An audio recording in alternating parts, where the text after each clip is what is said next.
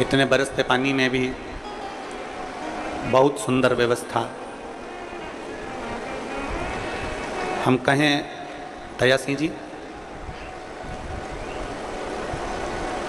अभी इससे पहले हमारे यहाँ सीहोर में कथा थी गुरु पूर्णिमा की, पानी बहुत तेज था। आपके यहाँ तो न जाने भोलेनाथ जी ने कैसी कृपा करी है कि सब व्यवस्थित बैठे हुए हैं। वहाँ तो पानी इतना गिर रहा था कि लोगों को उठकर बीच में जाना पड़ रहा था। या तो आपने इतने दिन बाबा की जो पालकी निकाली है, बारात निकाली है, यात्रा निकाली है, शिव जी का आप पर बड़ा प्रेम है, इसलिए बाबा ने ये सारी व्यवस्था बहुत अच्छी करी। बहुत साधुवाद, आपको बहुत बसा मिले। ये मानव देह है, ये मानव शरीर, तो इस शरीर के अनुकूल भगवान शिव की अविरल भक्ति को जरूर धारण करना चाहिए। सावन महीने की इस पवित्र बेला पर छाता लगा लगाकर, अपने साथ में पन्नी लेकर, आसन लेकर आप लोग पंडाल में पहुंचे हो। ये विश्वास मानकर चलना कि मेरा देवाधिदेव महादेव आपकी झोली कभी खाली नहीं रखने वाला, वो भरेगा जरूर, ये निश्चित है। लाखों की संख्या में आपका पहुंचना, 2 दिन से लगातार बारिश हो रही है, एक जैसी पानी गिर रहा, और उसमें भी आपकी अविरल भक्ति, भगवान शिव की प्रति प्रेम, ये बहुत बड़ा है।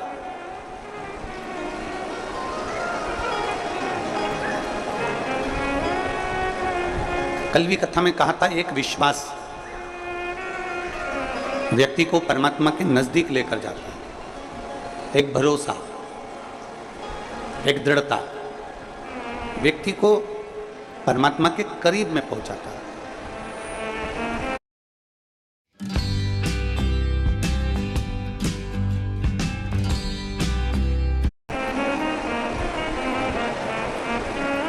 शिव महापुराण की कथा में तब जाओ जब आपका विश्वास बहुत प्रबल हो जाए, जब आपका भरोसा बड़ा प्रबल हो। अगर आपका विश्वास प्रबल नहीं है, आपका भरोसा प्रबल नहीं है, तो शिव महापुराण की कथा में जाने से कोई लाभ नहीं।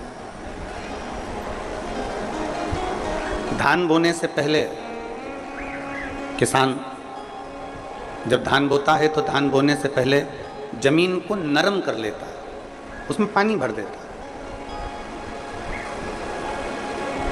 धान बोने से पहले जमीन में क्यारी बनाकर, खेत को तैयार कर कर उसमें पानी भर देता है। क्यों? क्योंकि वो जमीन नरम हो जाए।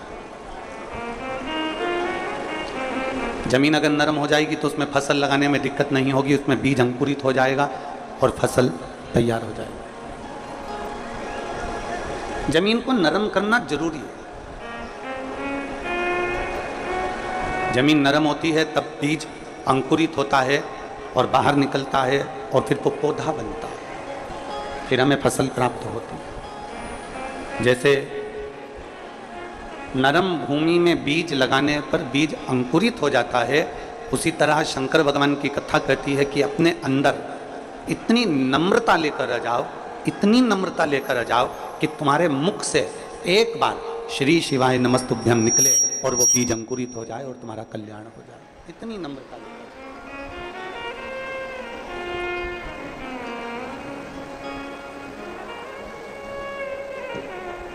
सभी गुणों में सर्वश्रेष्ठ गुण होता है नम्रता का गुण। आपके अंदर की नम्रता कितनी है, आपके अंदर की विनम्रता कितनी है, यह आपको मालूम होना चाहिए। एक नम्रता का गुण ऐसा होता है जिससे हम परमात्मा को अपने करीब में ला सकते हैं। एक नम्रता का गुण ऐसा होता है जिससे हम अपने रूठे हुए को भी अपने पास बुला सकते हैं।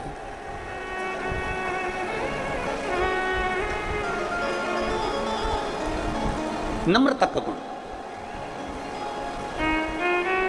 कल एक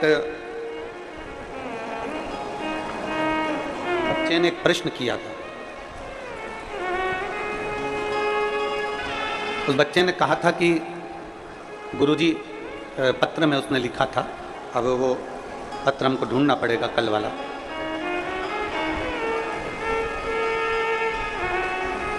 उस पत्र में उस बच्चे ने प्रश्न किया था, क्या श्री शिवाय नमस्तुभ्यम बोल लेने से, ओम नमः शिवाय बोल लेने से, नमः शिवाय बोल लेने से क्या भगवान शंकर आ जाते हैं?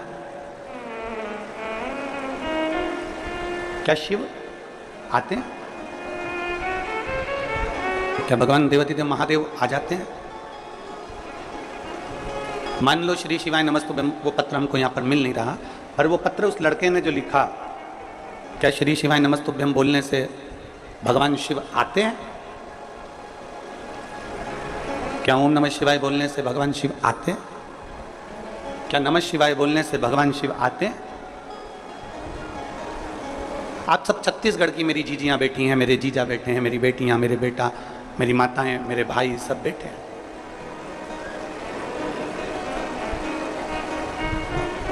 अगर ये प्रश्न आपके सामने आ जाता, आप भी शायद यही उत्तर देते जो हम दे रहे हैं। बच्चे ने लिखा, वो पत्र तो हमको अभी नहीं मिल रहा है, और उस बेटे ने कल लिख के भेजा, क्या श्री शिवाय नमस्तुभ्यम बोलने से शिव आ जाते हैं?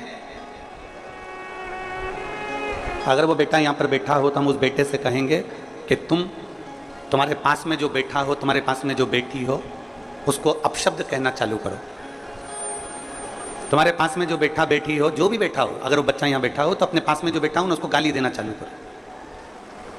तुम्हारे पास में जो खड़ा हो, तुम्हारे पास में जो बैठा हो, उसको अपशब्द कहना चालू करो। जब आप अपशब्द कहोगे, गाली दोगे, जिसको तुम गाली दे रहे हो, जिसको तुम अपशब्द कह रहे हो, उसको क्रोध आएगा कि नहीं आएगा? बोलो तो नहीं छत्तीसगढ़ की जीजियो, जम के तो बोलो, आएगा ना? बच्चे ने प्रश्न किया कि श्री शिवाय नमस्तुभ्यम बोलने से क्या शिव आते हैं? मैं उस बच्चे से कहना चाहता हूं, अगर वो बच्चा यहाँ बैठा हो तो तुम अपने पड़ोस में जो बैठा है उसको गाली दे, उसको अपशब्द बोल, उसको आड़ा टेढ़ा बोल, फिर देख उसको क्रोध आता है कि नहीं आता। आएगा कि नहीं आएगा? जब तुम्हारे बोलने से पड़ोसी को क्रोध आ जाता है तो श्री शिवाय नमस्तुभ्यम बोल लेने से मेरा महादेव भी आ ही जाता। क्यों नहीं आएगा? केवल आप दिल से पुकारोगे, दिल से भजोगे, दिल से स्मरण करोगे। तुम्हारे कहने से पड़ोसी को क्रोध आ रहा है, तुम्हारे कहने से पड़ोसी को अपशब्द बोलने से क्रोध आ रहा है, तो परमात्मा क्यों नहीं आ सकता? आप दिल से तो पुकारो। चलो वो भी जाने दो, और सरल भाषा में समझ लो। एक कोई जीव जंतु है ना, एक बिल्ली है, कुत्ता है, गौ माता है, तुम्हारे घर में कोई खरगोश है, कोई तोता है, कोई पक्षी है, कोई कुछ भी है, उसको तुम बहुत प्रेम से जब पुकारते हो, बहुत प्रेम से पुकारते हो, तो वो पक्षी, वो पशु, वो गौ माता, वो श्वान, वो बिल्ली तुम्हारे पास में आती कि नहीं आती? अरे बोलो तो जम के, आती है ना?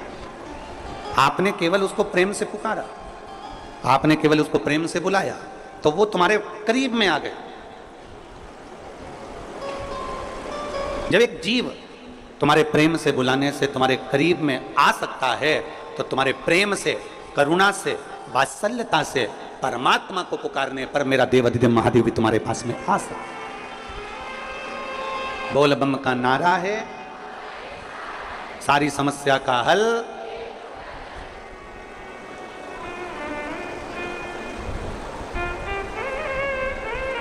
कुछ मेहनत हाथ की, बाकी कृपा भोले। आप पुकारो दिल से, वो आएगा। आप दिल से भजो, वो आएगा। एक बहुत पहले एक लाइन आप लोग गुनगुनाते थे, कौन कहता है भगवान आते नहीं, बेर शबरी के जैसे खिलाते।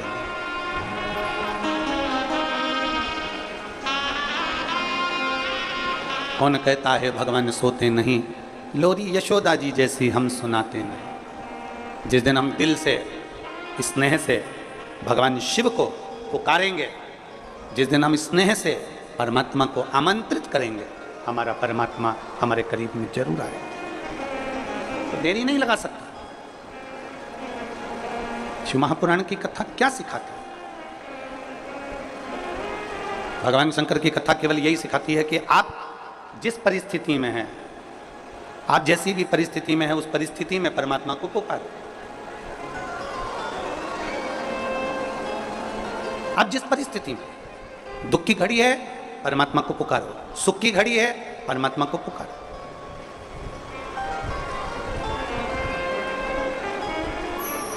ये बोलबम सेवा कल्याण समिति भिलाई सावन महीने में पालकी निकालती है, यात्रा निकालती है। किसके आश्रित होकर निकालती है?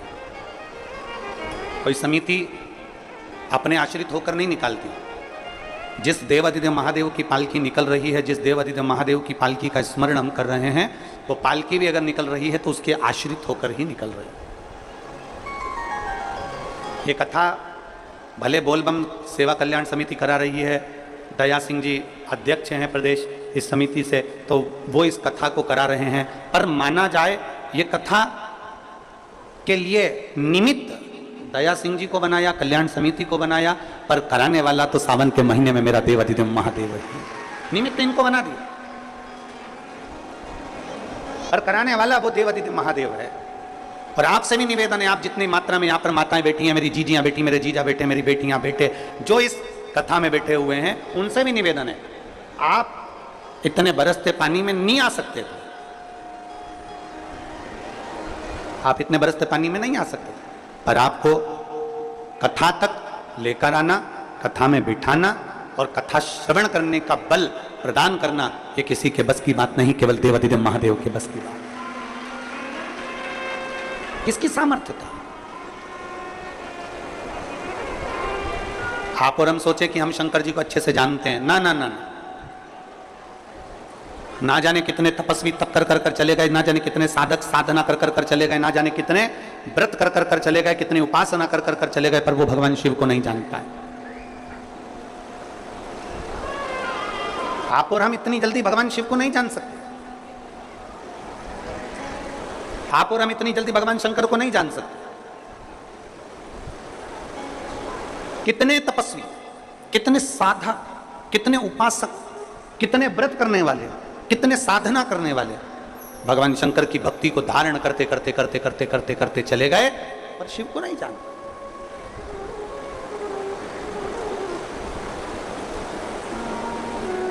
आप में से कई माताएं ऐसी हैं, जब मंदिर में पूजन करने जाती हैं तो दो चार माताओं को राय देकर आती हैं, अरे तुझे नहीं आती ऐसे पूजन करा कर, अरे तुझे नहीं आता ऐसे जल चढ़ाया कर, अरे तुझे नहीं आता तू ऐसा करा कर, अरे तुझे नहीं आता ऐसा करा कर। मेरी उन माताओं से निवेदन है, आपको जो आता है ना वो आप अपने दिल में रखिए, अगर उसको बताना ही है ना तो मंदिर से बाहर निकल कर बताओ, पर मेरे महादेव के सामने कोई राय मत दीजिए, कोई विचार मत दीजिए। मेरे महादेव के सामने तो इतना कीजिए कि दिल से, भाव से, भक्ति से एक लोटा जल आड़ा टेढ़ा जैसे चढ़ाओ चढ़ाओ, तुम्हारा मन पड़ जाए जैसे बेलपत्री चढ़ाओ, तुम्हारा मन पड़ जाए जैसे चंदन लगाओ, तुम्हारा मन पड़ जाए जैसे धतूरा चढ़ाओ, तुम्हारा मन पड़ जाए जैसे तुम भगवान शंकर को रिझाओ, तुम्हारा दिल कर जाए वैसे तुम शिव को भजो। उल्टा भजो, सुल्टा भजो, जैसा भजोगे तुम्हारे ऊपर है। बीज पृथ्वी के अंदर डाला जाता है, खेत में डाला जाता है, वो उल्टा है कि सीधा, ये बीज अंदर गया किसको मालूम, पर पौधा सीधा ही लगता है। उसी तरह तुम कैसे भी जपो, मेरा महादेव मिलता जरूर है, मिलता जरूर।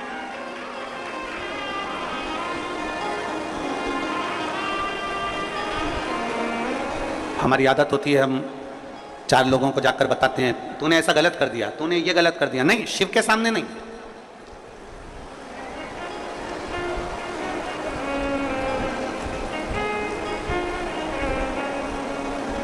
शिव के सम्मुख में नहीं। हम अगर देवाधिदेव महादेव को रिझा रहे हैं तो उसमें हमारे भाव यह होना चाहिए कि जैसे भी भजो शिव मिलेगा, जरूर भगवान शंकर जरूर प्राप्त हो।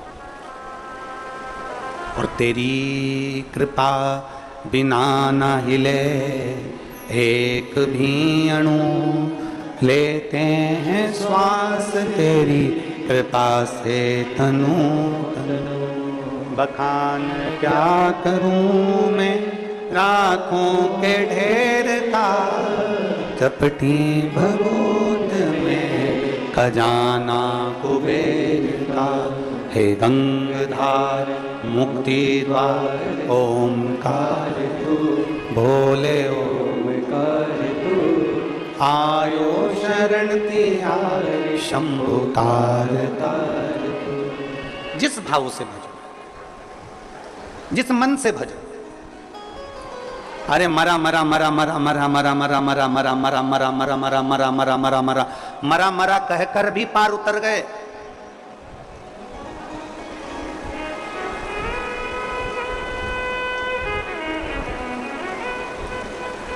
बहुत सारे मिलते हैं आपको, कोई कहेगा ऐसा भजो, कोई कहेगा वैसा भजो, कोई कहेगा ऐसे गुणगान करो, कोई कहेगा वैसे गुणगान करो। शिव महापुराण की कथा कहती है तुम्हारा दिल जैसे कर जाए, तुम्हारा मन जैसे कर जाए। आप में से कई माताएं ऐसी बैठी है जो सावन के सोमवार का व्रत करती हैं। कौन कौन ने करा था सावन के सोमवार का व्रत? हमने भी करा था, तो हम भी उठा। ठीक है, आप लोगों ने व्रत किया ना। अब आप में से और हम में से कई माताएं बहन भाई ऐसे होंगे जो व्रत करे होंगे, तो उन्होंने एक टाइम फलाहार किया होगा, एक टाइम जम के बोलो भोजन किया होगा। आप में से कई लोग ऐसे होंगे जिन्होंने एक टाइम फलाहार करा तो दूसरे समय पर भी फलाहार किया होगा। आप में से कुछ लोग ऐसे होंगे जो एक टाइम केवल फलाहार करे होंगे, दूसरे समय कुछ भी नहीं लिया। बोलो बोलो, सही है कि गलत है? अब ईमानदारी से बोलना। आप में से कई लोग ऐसे होंगे जिन्होंने दिन भर कुछ भी नहीं खाया होगा, केवल एक गिलास दूध, एक फल और बाबा का प्रसाद लेकर और व्रत कर लिया। अब आप में से कई लोग ऐसे भी होंगे जिन्होंने दोनों समय भोजन करा होगा और सुबह नाश्ता भी किया होगा, दिन में पानी पूरी भी खाई होगी, शाम को थोड़ा भगर भी, सब खाया। अब जरा बहुत बहुत गहन चिंतन वाला विषय है, जरा ध्यान दीजिएगा। एक व्रत करा, एक टाइम भोजन, एक टाइम फलाहार। एक ने व्रत करा, दोनों समय फलाहार। एक ने व्रत किया कि मैं कुछ नहीं खाऊंगा, एक फल, एक गिलास दूध। एक ने सब कुछ खाया, मतलब दिन भर भोजन कर, दिन भर भोजन कर। अब जो एक समय फलाहार कर रहा है वो भी शंकर का भगत है, जो एक दोनों समय फलाहार कर रहा है वो भी शिव का भगत है, जो एक फल ले रहा है और एक गिलास दूध ले रहा है वो भी शिव का भगत है, और जो दोनों समय भोजन कर रहा है वो भी शिव का भगत है। अब शंकर जी से पूछा जाए कि इनमें से तुम मुक्ति किसको दोगे, इनमें से तुम मोक्ष किसको दोगे, इनमें से सबसे पहले तुम किसकी सुनोगे, किसकी सुनोगे? तो भगवान देवाधिदेव महादेव का चरित्र कहता है माता पार्वती से, पार्वती भले तुम भूखे रहो मत रहो, पर इतना जरूर करो कि किसी का दिल ना दुखे, तो मैं प्रसन्न हो जाता हूं और वर प्रदान करूं।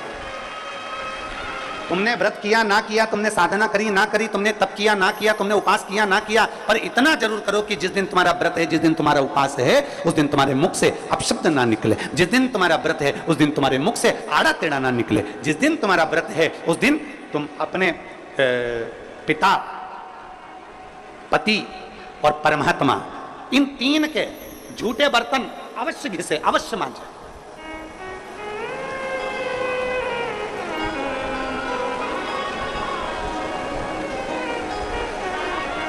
घर के सारे बर्तन, बर्तन मांजने वाली कोई आए वो मांजे, मना नहीं है, पर 3 बर्तन अपने को खुद मांजना चाहिए। पहले नंबर पर पिता के झूठे बर्तन, दूसरे नंबर पर पति के झूठे बर्तन, और तीसरे नंबर पर परमात्मा के झूठे बर्तन हमें स्वयं मांजना चाहिए, हमें स्वयं।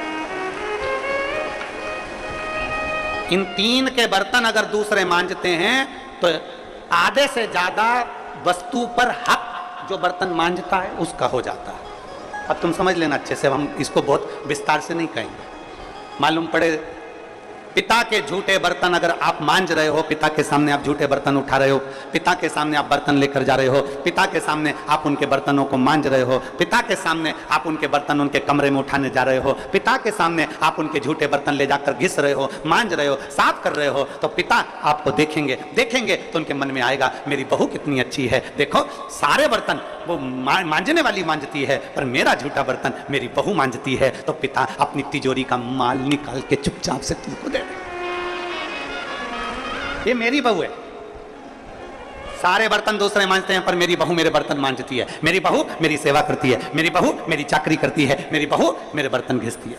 दूसरे नंबर पर पति, पति के बर्तन, पति ने जिस बर्तन में भोजन किया है उसका बर्तन बर्तन मांजने वाला नहीं, उसके बर्तन पत्नी को मांजना चाहिए। और अगर पति के झूठे बर्तन कोई दूसरा मांजने लगता है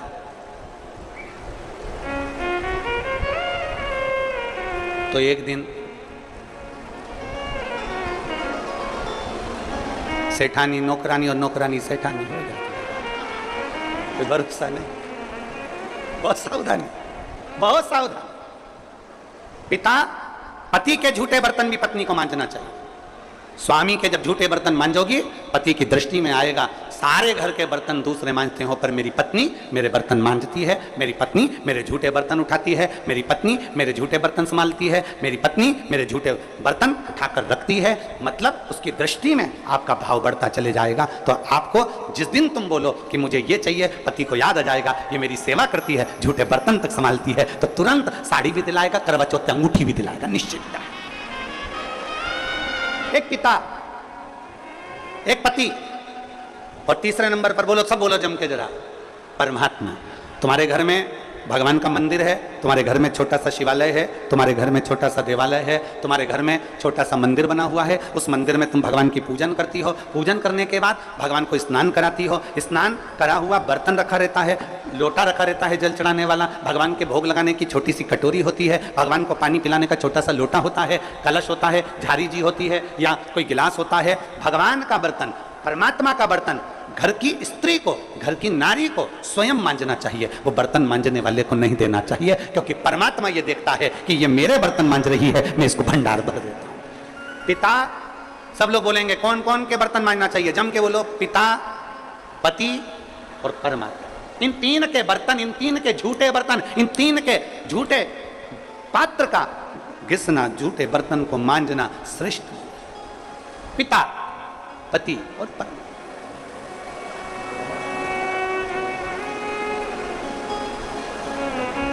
श्रेष्ठ। एक विश्वास अपने भीतर जागृत करिए, और जिस दिन शंभु शरणे मांगू घड़ी रे, दुख काटो दया करीन दर्शन,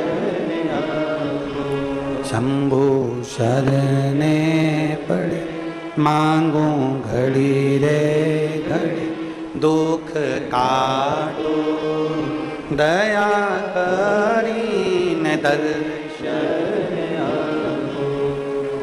भगवान को प्राप्त करने के लिए मन दिल नम्र कर लो, और दूसरा है परमात्मा से कुछ प्राप्त करना है तो स्वयं समर्पण करो। कैसे भज रहे हो, किस तरह से भज रहे हो, कैसे स्मरण कर रहे हो, उससे मतलब नहीं है। भगवान ये नहीं देखता। भगवान से पूछा जाए कि जिसने व्रत दिन भर का रखा, जिसने कुछ नहीं खाया, जिसने पानी भी नहीं पिया, जिसने दोनों टाइम भोजन किया, जिसने एक समय फलाहार किया, एक समय भोजन किया, आप किसकी सुनते हो?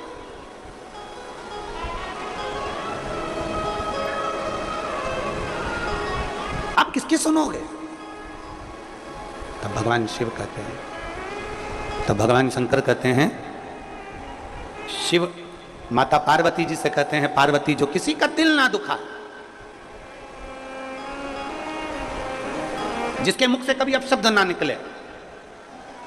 कोई बहुत बड़े ओहदे पर बैठ गया ना, बहुत बड़े पद पर बैठ जाए, बहुत बड़ा उसको मठाधीश पीठाधीश बनकर बैठ जाए, कोई बहुत बड़ा संत साधु बनकर बैठ जाए, कोई बहुत बड़ा तपस्वी बनकर बैठ जाए, कोई बहुत बड़ा कथाकार बनकर बैठ जाए, कोई बहुत बड़ा साधक बनकर बैठ जाए, और उसके मुख से यदि अपशब्द निकल रहा है तो समझ लेना कि उसका बहुत बड़ा बनना बेकार है,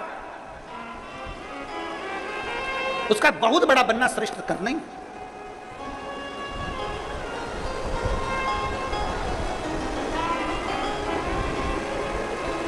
एक बहुत सुंदर कथा थी।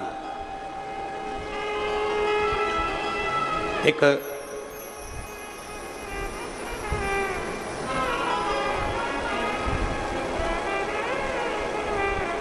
त्रेता में एक राजा हुए जिनका नाम था वीरमणि। शिव जी के परम उपासक थे।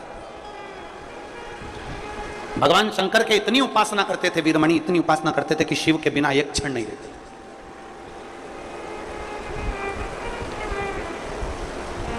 और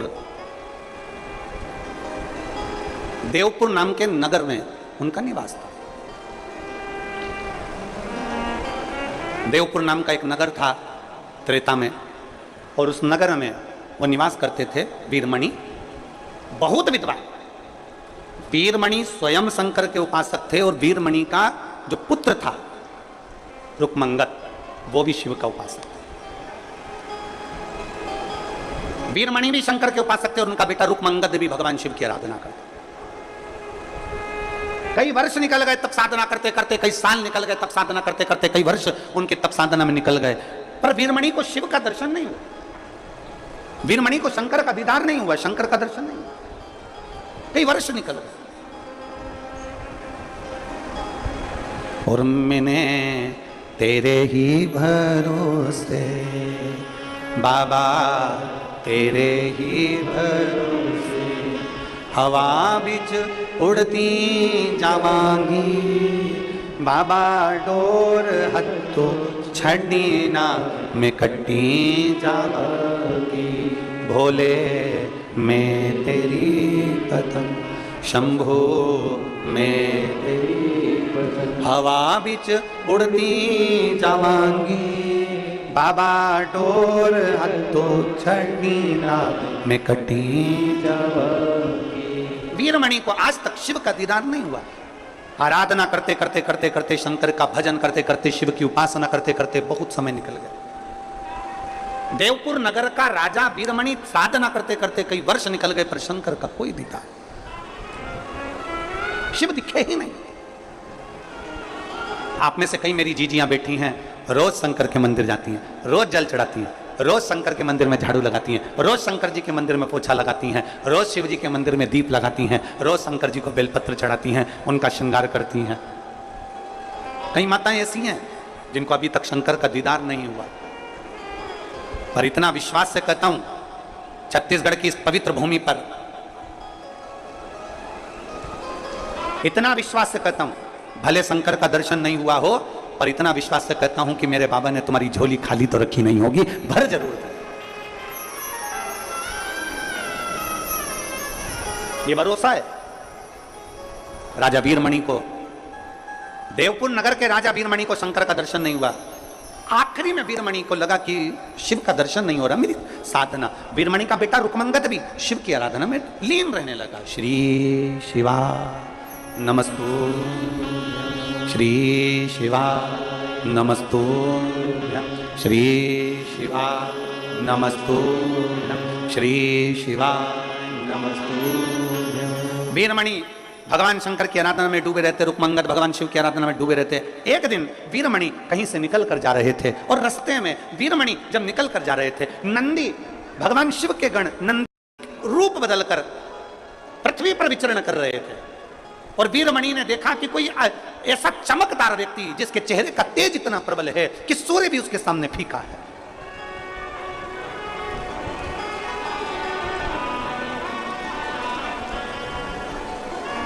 जिसके चेहरे का तेज इतना प्रबल है कि सूर्य भी जिसके सामने फीका।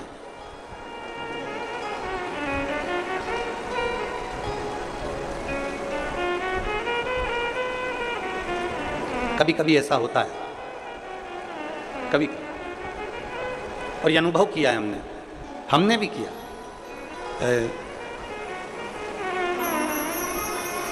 सीहोर सीवन नदी से कुबेरेश्वर धाम की दूरी है 11 किलोमीटर।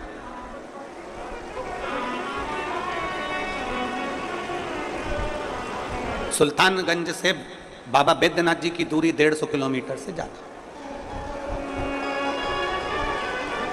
सुल्तानगंज से कावड़ लेकर बैद्यनाथ बाबा के चरणों में जाना, पहुंचना, थकान भी हो जाएगी, चल भी लोगे, पहुंच भी जाओगे।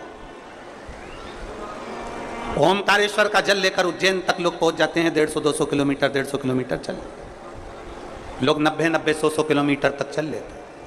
पर मसीवन का जल लेकर जब कुबेरेश्वर धाम तक केवल 11 किलोमीटर चलना है, केवल 11 किलोमीटर। लोगों को लगता है 11 किलोमीटर हम तो वहां गए थे, हम वहां पर 150 किलोमीटर चले थे, हम वहां गए थे, हम वहां 70 किलोमीटर चले थे, हम वहां गए थे, हम वहां 50 किलोमीटर चले थे, हम वहां गए थे 21 किलोमीटर चले थे, हम वहां गए थे 14 किलोमीटर चले थे, हमने वो पहाड़ चढ़ा था, हमने वो वहां गए थे, हमने वो दर्शन किए थे, हम इतने ऊंचे पहाड़ चढ़ सकते हैं, तो 11 किलोमीटर क्या लगे। पर हमने देखा है सीवन का जल लेकर जब 11 किलोमीटर दूर कुबेरेश्वर धाम तक जाते हैं तो 11 किलोमीटर चलने में भी लोगों को यह अनुभव होता है कि हम कम से कम 300 या 500 किलोमीटर केवल 11 किलोमीटर में चलिए। इतना सत्य बाबा ले लेता, इतना सत्य लेता। आप लोगों में से किसी ने सीहोर की अगर कावड़ भरी होगी तो उसको मालूम होगा।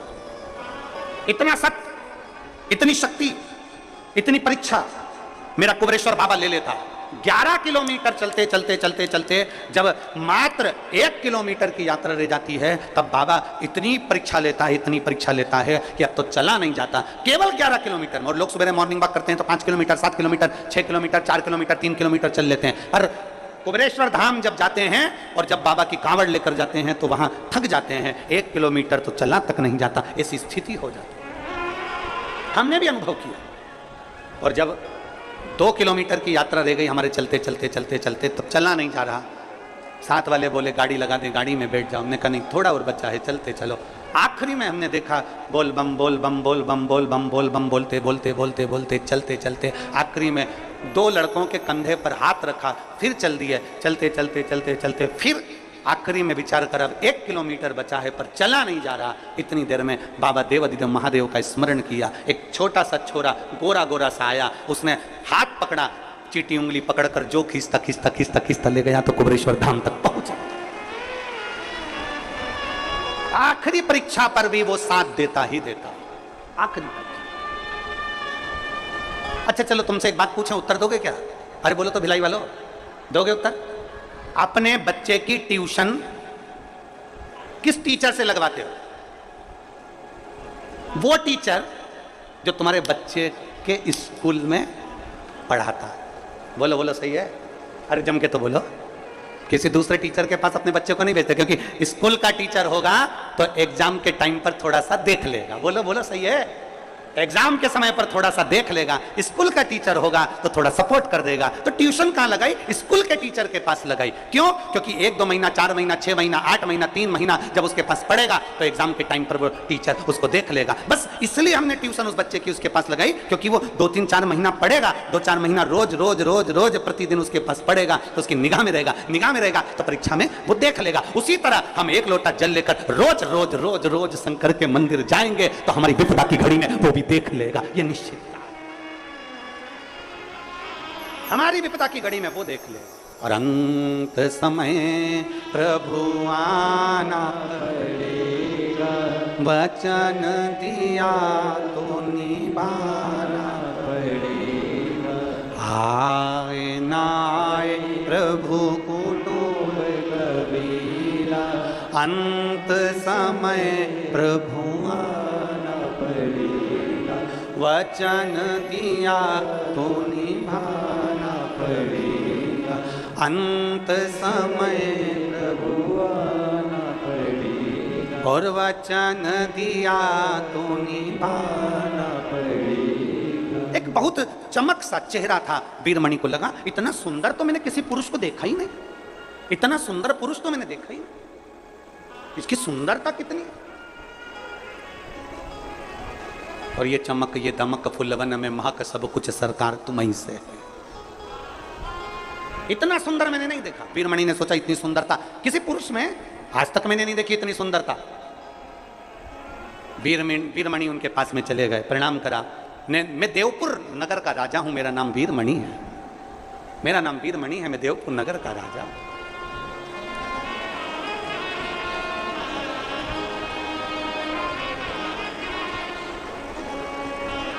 सावन के महीने में वीरमणि राजा की कथा बहुत फलदायी होती है, बहुत। मैं देवपुर नगर का राजा हूं, मेरा नाम वीरमणि है, मेरा एक बेटा है रुकमंगत, वो भी शिव की आराधना करता है, मैं भी शंकर की आराधना करता हूं। हम दोनों शिव आराधना में लगे रहते हैं, पर आज तक हमने शंकर का दर्शन नहीं किया। वीरमणि किससे कह रहे हैं? जिसके चेहरे पर बड़ा चमक थी, जिसके चेहरे पर बड़ा तेज था। एक चमक ब्यूटी पार्लर की होती है, वो ऐसी बरसात में धुल के निकल जाती है, और एक चमक ऐसी होती है जिसको पार्लर की जरूरत नहीं पड़ती, जो भगवान के तेज से चमकता है और उसके चेहरे पर वो तेज बना ही रहता है। एक चमक वो है। मैं वीरमणि राजा देवपुर नगर का निवासी हूं। मेरा बेटा भी शिव की आराधना करता है और मैं भी शंकर की आराधना करता हूं, पर मुझे आज तक शिव का दर्शन नहीं हुआ। जैसे ही नंदी सुने, नंदी ने मन में सोचा, नंदी ने विचार करा, पूछा क्या आप मुझे पहचानते हो? इतने में वीरमणि राजा ने कहा हम आपको नहीं पहचानते। आप कौन है? हम नहीं जानते। आप कौन है? हम नहीं पहचानते। हमने आज तक आपको देखा नहीं। और महाराज बात उतनी ही करना चाहिए जितनी समेटी जा सके। लंबा धागा और लंबी जुबान, ये दोनों उलझा देती है। बहुत लंबा धागा होगा ना तो सिलने बैठोगे ना तो वो भी उलझ जाएगा, और बहुत लंबी जुबान होगी ना, बड़ बड़ बड़ बड़ बड़ बड़ दिन भर ऐसा हो गया, वैसा हो गया, ये हो गया, वो हो गया, ये कर दिया, वो कर दिया, ये हो गया, वो हो गया, तो व्यक्ति उलझता चले जाता, उलझता चले जाता। धागे को लपेट के रखो और जीवान को होठों से बंद करके रखो, तो थोड़ी कंट्रोल में होना चाहिए। अब वीरमणि ने तुरंत कर दिया, हम शिव की आराधना करते पर शिव का दर्शन नहीं हुआ। नंदी ने पूछा, नंदी मौन, वीरमणि बोले जा रहे हैं, नंदी नहीं बोले। नंदी तो तेज प्रकाश, उनके चेहरे का पुंज इतना तीव्र था, इतना तीव्र।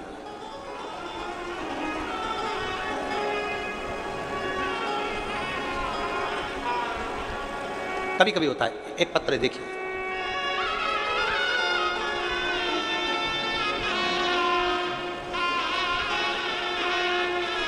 मैं ज्योति चंद्रा, पति हरीश चंद्रा, पता जेजेपुरी, जिला शक्ति, छत्तीसगढ़ से हूं। कहीं बैठे हो तो हाथ हिला सकते हैं। ज्योति चंद्रा, पति हरीश चंद्रा, पता जेजेपुरी, जिला शक्ति, छत्तीसगढ़ से आए हैं। हाँ, बच्चा आया है साथ में? हाँ, लिया लिया लिया। हमारी शादी को 11 साल हो गए थे गुरुदेव। 11 साल से हमारे यहाँ कोई औलाद नहीं थी। ऐसा कोई डॉक्टर नहीं है, चाहे वो मध्य प्रदेश का हो, चाहे छत्तीसगढ़ का हो, चाहे वो उत्तर प्रदेश का हो, हमने सबको जांच कराई, पर हमारे यहाँ संतान का सुख डॉक्टर ने मना कर दिया था, औलाद नहीं हो। तब मेरी दीदी ने मुझसे कहा कि वो शिव पुराण की कथा टीवी पर आती है, उसको सुन।